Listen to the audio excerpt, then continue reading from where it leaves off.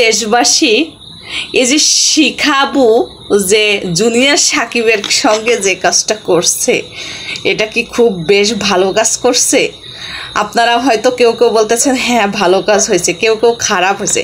এর চেয়ে বেশি খুশি হইতেন যদি আমাদের লাইলাবু মামুন ভাইজানের এরকম একটা কাজ করতো, তাহলে আপনারা আরও বেশি বেশি খুশি হতেন। যেমন মামুন ভাইজান জেল থেকে বাইর হওয়ার পরে দুধ দিয়ে গোসল করছিল একটা মেয়ের কাছ থেকে বাঁচার পরে।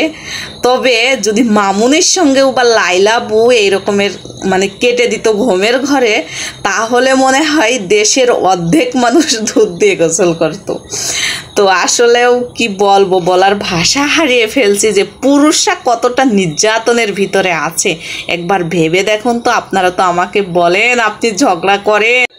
আচ্ছা, বর্তমানে এখন পুরুষরা মেয়েদের অত্যাচারের যন্ত্রণায় এতটাই অত্যাচার করতেছে, পুরুষরা এখন দুধ দিয়ে গোসল করে পাপ মুক্ত হচ্ছে। তারপরেও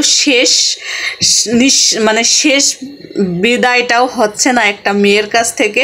ঘুমের ঘরে তার জীবনের তরে তার লাইফে বেঁচে থাকার যে সম্বল, যে বেঁচে থাকবে সেই জিনিসটাই তার কেটে দিচ্ছে একমাত্র আমাদের মতন কিছু মুখোশধারী কালসাপের চেয়েও বিষাক্ত কিছু মেয়েরা।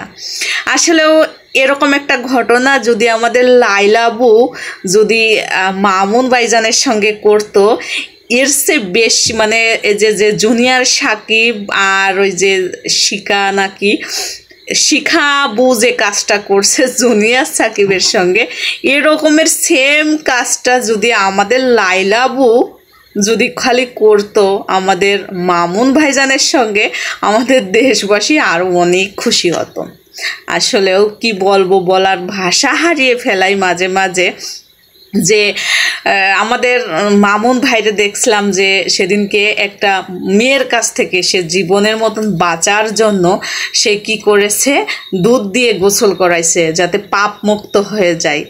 এবং শিখাবো এরকম কিছু করছে। আরও এরকমের বেশি নিউজ পাওয়া যাচ্ছে যে তারা মেয়েদের কাছ থেকে বাঁচার পরে তারা দুধ দিয়ে গোসল করতেছে। দুধ দিয়ে গোসল করার পরেও তারা কোনো শান্তি খুঁজে পাচ্ছে না ঘুমের ঘরে। হয়তো বা মেয়েরা তো ঘির যদি আগুনের কাছে থাকে তাহলে তো একটু গলবেই, আপনারা বুঝে নেবেন। এতটা খোলামেলাভাবে আমি কথাগুলো বলতে পারতেছি না।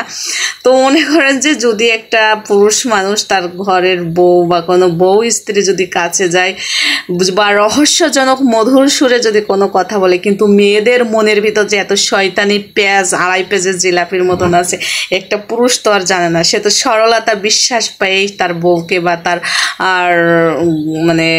তার বান্ধবী বলে না, যাই বলেন। এখন বর্তমানে শোনা যাচ্ছে যে 3-4 বছর শোনা যাচ্ছে যে ও আমার জান কলিজা পরাণ, অবশেষে শোনা যাচ্ছে কি না তাদের বিয়েই হয়নি, অথচ তারা 3-4 বছর সংসার করতেছে।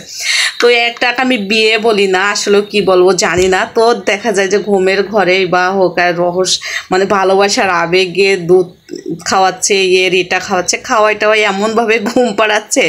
তো আমাদের শিখাবো নাকি বলছে যে আমি যদি তোমাকে না পাই আর কাউকে পাইতেও দেব না, কেউরে খাইতেও দেব না। তারা লাস্টে কি করছে, কেটেই দিয়েছে। আর লাইফে কোনো দাম নেই।